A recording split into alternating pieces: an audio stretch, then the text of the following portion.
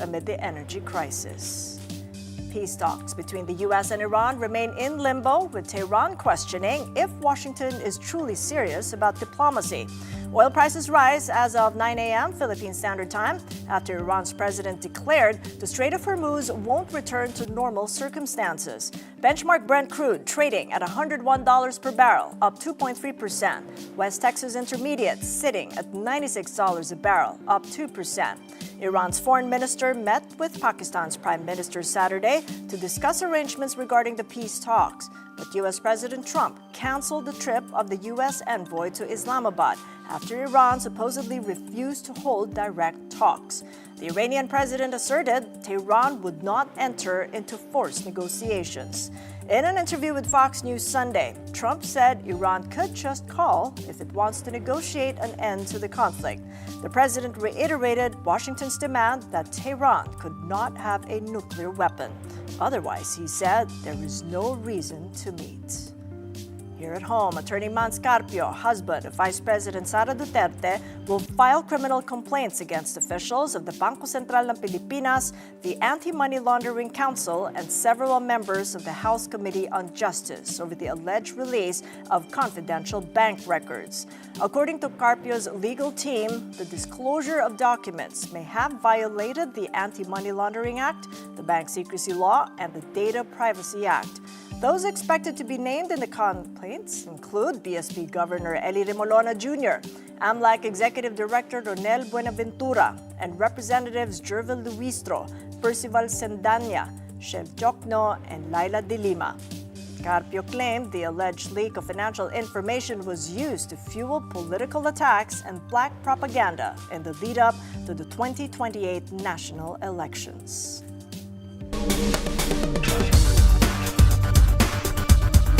Money Laundering Council first took center stage in VP Sara Duterte's impeachment complaint hearings last Wednesday, April 22, when its officials were summoned, testifying before the House Committee on Justice.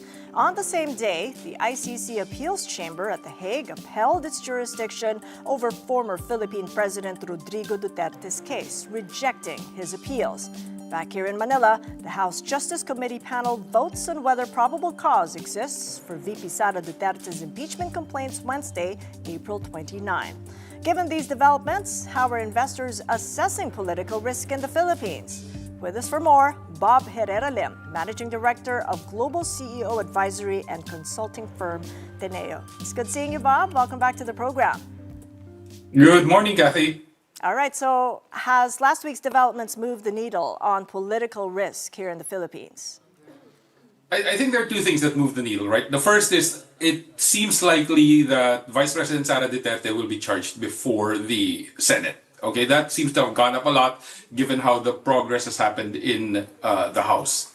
I think the second thing is the question of where Vice President Sara Duterte is in the surveys, whether she is seen as a sort of a runaway front runner or whether she's vulnerable. And there is some speculation that she is vulnerable, right? One of the surveys said Vice President Leni Robredo, who says she is not running, is catching up with Vice President Sara Duterte, and that therefore there is still sort of an uncertainty, even though Vice President Duterte is in the lead clearly among all the potential candidates, that she is not invulnerable. So for foreign investors, for our clients, they care about these two things strongly. The first reason is any change in administration brings about uncertainty, and especially one with the Duterte name attached to it. Whether or not you agree with who Duterte was or what he did, the perception is he is in a big fight with Marcos, and therefore any change in administration will result in a change in policy or even vendettas. So all these are being sort of looked at. And the final question being asked is, what is the probability that Vice President Sara Duterte will become president in 2028? And the impeachment process will affect that. The surveys that we see will affect that. All right, so you do have that assessment, cause and effect, that Sara will be charged at the Senate. So what impact do you think that might have on the surveys that could also determine what happens next in 2028? Yeah, so the concept is, they will make a big show of it, the administration or the administration's allies, and therefore there will be an effect on Vice President Sara Duterte's numbers. The big question that will emerge is If by the end of the year, Vice President Duterte's numbers are around 45 to 50% still, or 45%, right, up from 35%, then she will have garnered a fair amount of sympathy and the impeachment attack would have failed. On the other hand, if she's at 35% by the end of the year, and then you see, even though they have said they will not run, names like former Vice President Leni Robredo at 20, 25% maybe, then that changes the landscape for 2028. It creates an opening or a gap. And for many investors, that is a good gap. One is you always want competitive elections. And second is, regardless of whether or not, it doesn't go to the merit of who Vice President Duterte is or who former President Duterte was. There is a perception that her winning will create a significant amount of political uncertainty because of the family's legacy and the possibility that you might get vendetta against the Marcoses or any of their allies. So any sense that she is not the surefire winner in 2028 will be looked at positively by foreign investors. That ceiling effect, 35% of a cap that you just mentioned, where are you drawing that from? Because I know that you've studied the past 4 presidential cycles. What have you learned from those and the surveys that have gone on in those cycles? Okay, so if you start with 35%, then you get a bandwagon, right? Maybe 5 to 10% more in the sort of people who say, hey, I like Duterte or I like whoever's running, and I'll go on, right? These are the people who say they're undecided and then they decide to vote. They get 5 to 10%. So the big question then, if you're at 45 to 50%, you're just a few percentage points away from 50, right? So if you're at 45%, even before the election has started, the 5 to 10% jump will get you majority almost certainly, right? And given the weakness of the what you might call the political opposition to Duterte, that it is still fragmented. There are multiple candidates. Some say they won't run. Some are not even saying whether or not they will or will not run. The sense is if Sara's 45%, the bandwagon plus the fragmentation of the opposition gives her almost certainty for 2028, which then leads to money flowing into her campaign, which leads to local leaders flocking to her campaign. It just sort of steamrolls along. So 35% might give funders, might give local politicians some pause to say, we're going to hedge our bets, and that turns into a more competitive election. So I think that's the most important number. Anything above 40% would be very strong for Vice President Sara Duterte, or 45%, especially by the end of the year. But then, Bob, you do remind your clients that over the last 4 presidential cycles, no front runner more than 18 months out has actually gone on to win. So do the impeachment hearings actually make it more likely that 2028 follows the same pattern all over again, or do they risk hardening her into polarizing but still become a dominant candidate? Yeah, the challenge here is with any political forecast, you work with the numbers at hand. And as long as the numbers at hand give you the sense that Vice President Sara Duterte is the front runner, we have to go with those numbers. Now, there's another feature of Philippine elections that doesn't get captured as much, which is in the 12 months before the vote, there is almost always a narrative that takes hold, right? It is the one that propels the candidate to victory. In the case of 2022, it was unity, Marcos, legacy, redemption, plus Duterte, strength equals win. In 2016, it was the law and order campaign of Duterte. 2010, it was the Cory Aquino sympathy vote for Pinoy. In 2004, it was the issues with FPJ, Fernando Poe Jr.'s candidacy, and the sense that it could not surmount Gloria Macapagal-Arroyo's candidacy. So the one side of the equation is the popularity, which Sara has. The other question is what takes hold in 2028? Is it questions about economic governance? Is it somebody saying, you know what, we've had enough of the Marcoses and the Dutertes, like the Capulets and Romeo and Juliet, and we want a new set of names? That could also happen. So the weaker Sara is, the more the probability that maybe an alternative narrative grabs hold. But again, that's always our warning. Half the story is the numbers, half the story is the narrative. What do people want when we come to the vote in 2028? Is it going to be economics, governance, politics, security, etc.? There are so many things up in the air right now. Bob, we got about a minute. The narrative isn't complete yet because the NBI has yet to present its findings and the death threats made by VP Sara to the president. At this point, which narrative do you think seems to be sticking with the public? Is it personal misconduct, corruption or political persecution? I think corruption is going to be a very strong hand that is going to be played by the administration because with the flood control scandal, with the pain they are feeling right now in the economy, people will start to ask, who can, give me a better life? And who can give me a better life in the country is almost always associated with politicians steal from us, right? That we are badly governed, right? So I think what will happen in 2020, I think that is going to be a very strong narrative, and that is what Sara's opponents will hit on, which is, yes, for whatever reason, money disappearing is never a good thing, right? So it's up to them to prove it and to create that narrative. I think the corruption angle will be the most powerful one for this impeachment hearing, and it was in 2000, right? With Estrada, it is one of the most powerful angles, and that's how we'll look at how it evolves. All right, it is indeed a sticky issue when you speak about corruption. Thank you so much, Bob Herrera Lim of Teneo, for your insights. And you're watching Money Talks. Coming up, governance risks front and center in the market right now with the SEC's new 9-year term limit for independent directors. We discuss this and more with Alex Escucha, president of the Institute of Development and Econometric Analysis. And in news overseas, a 31-year-old suspect in U.S. President Donald Trump's security breach harbored deep resentments against the administration. Keep it here on One News.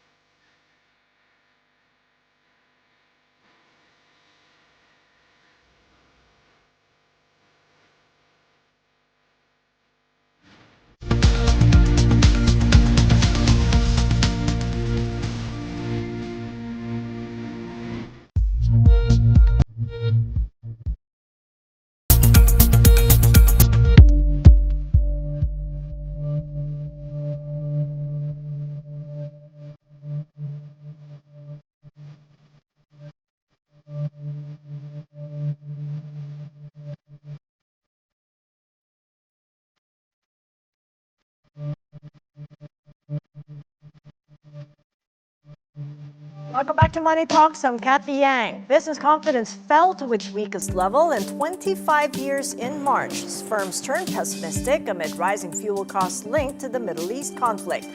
The Bangko Central's business expectation survey showed the confidence index plunged to negative 24.3% from 8.2% in February.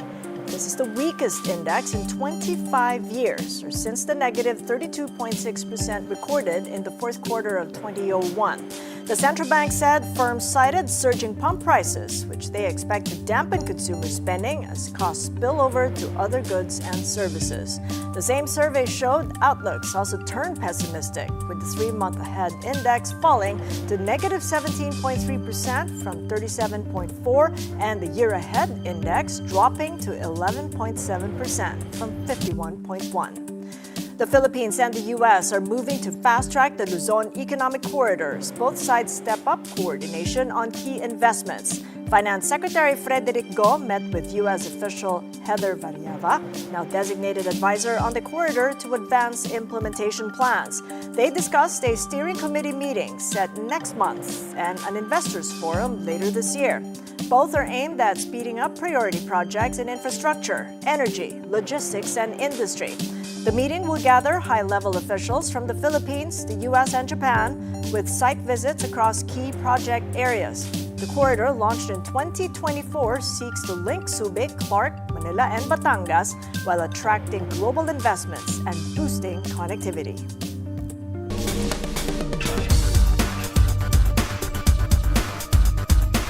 governance risks front and center in the market right now, from the SEC's new 9-year term limit for independent directors and its high-profile case against the Villar Group to the Lopez family rift affecting First Philippine Holdings and ABS-CBN, and even questions about how these controversies feed into investor confidence and economic policy. To help us make sense of what this all means for investor protection, market integrity, and the broader economy, with us for his insights, Alex Escucha, president of the Institute of Development and Econometric Analysis. He is also fellow of the Foundation for Economic Freedom and former SVP for Investor Relations of China Bank. It's good to see you again, Alex. Welcome back to the program. Thank you for having me. Okay, so from your vantage point as an economist and governance advocate, what problem is the SEC really trying to solve with its push for stricter corporate governance rules, including the 9-year cap on independent directors? The SEC is basically just reinforcing what you call global best practice in governance. Recall that this is not something that came out of the blue, meaning the 9-year term limit for independent directors. The central bank actually started this way back in 2012, and in 2021, it reconfirmed that rule by saying the 9-year term limit is non-extendable.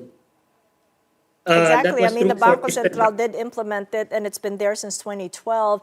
In terms of Yes. investor protection and market development, Alex, what are the key benefits and risks of such a hard cap? What have we learned from the Banco Central and the banks? Easily a couple of points. One is that there is a diversity it guarantees a diversity of views. Secondly, especially if you have directors who are already there for maybe 12, 18 years, they have the wisdom, but at the same time, there's also a benefit to having a younger and maybe generational shift in perspective, because with all this digitalization, AI, the old things the old way of doing things and the business models are undergoing serious paradigm shifts, and I think this new blood, new way of thinking would be a good value added element to the mix. But not everybody is in favor, as you know, Alex. GMA Network challenging the circular, and they're arguing grave abuse of discretion and saying that it violates due process and equal protection guarantees on relatively short notice. From a governance perspective, not just legal, how do you view that challenge and the way the rule has been implemented? Again, two things. On the due process, the draft circular has been circulated way back in September. So there has enough. If that was imminent, the prudent thing to have done is to already scout for replacements. And in this connection, PLDT actually already replaced former Supreme Court Chief Justice Art Paganiban with another another director. He is on the board of GMA7 for 18 years. Secondly,